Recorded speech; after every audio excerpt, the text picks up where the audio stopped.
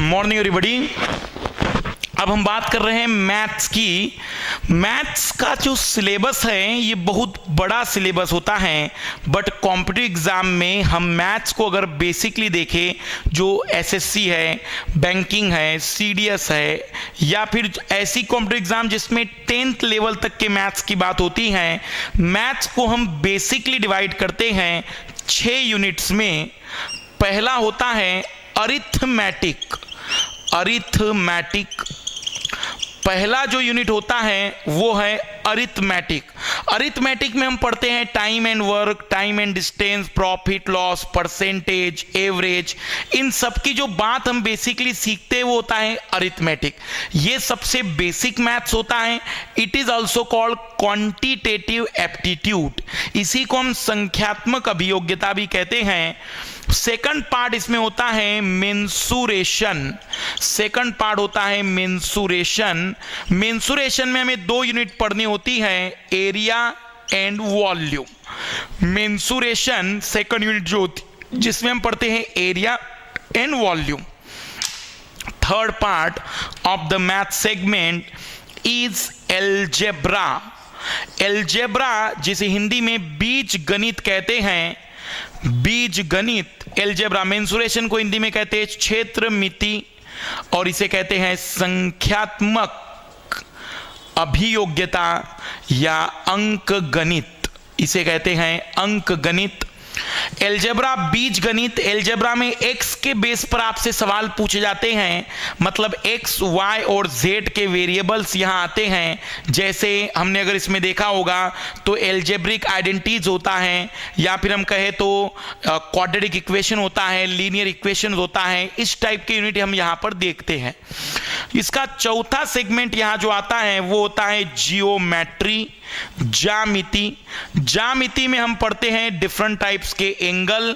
Reflex angle क्या होता है, कॉम्प्लीमेंट्री एंगल क्या होता है, सप्लीमेंट्री एंगल क्या होता है।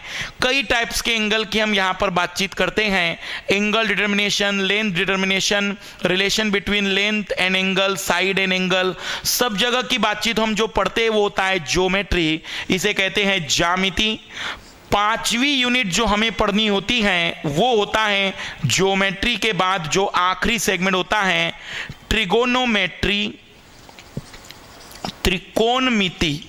त्रिकोणमिति में जितनी बातचीत होती है वो बेसिकली राइट एंगल ट्राइंगल की होती है, जिसमें sine theta, cos theta, tan theta, इनके बारे में हम पढ़ते हैं।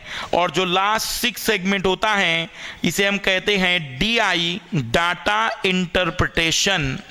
डाटा इंटरप्रिटेशन मतलब अगर हम बात करें तो मैथ्स, ये जो कंप्लीट सिलेबस अगर किसी को कवर करना है तो वह इन 6 यूनिट को मानेगा कि वही मैथ्स होता है। अरिथमेटिक लगभग 15 to 18 यूनिट से मिलकर बना है। मेंसुरेशन में 2 यूनिट होते हैं, एलजेब्रा में 4 to 5 यूनिट्स होते हैं, ज्योमेट्री में भी 4 to 5 यूनिट्स होंगे, ट्रिग्नोमेट्री, त्रिकोणमिति, डाटा इंटरप्रिटेशन, DI, और जो लास्ट सेगमेंट एक और पढ़ा जाता है कुछ एग्जाम्स में, कोऑर्डिनेट ज्योमेट्री। कोऑर्डिनेट ज्योमेट्री को हम किसी भी सेगमेंट में, जैसे एलजेब्रा ज्योमेट्री या ट्रिग्नोमेट्री में ना जोड़ते हुए ज्योमेट्री एलजेब्रा में भी पढ़ सकते हैं, बट अगर हम अलग पढ़ना चाहें तो उसे अलग भी देख सकते हैं।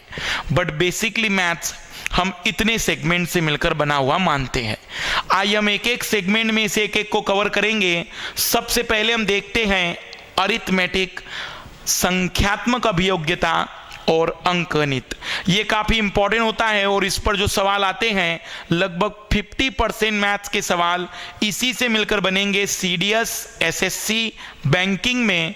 और कभी कभी सवाल इसके ज्यादा आते हैं तो बैंकिंग में अरिथमेटिक और डाटा ही इंटरप्रिटेशन पूछा जाता है, बाकी सेगमेंट नहीं होते हैं।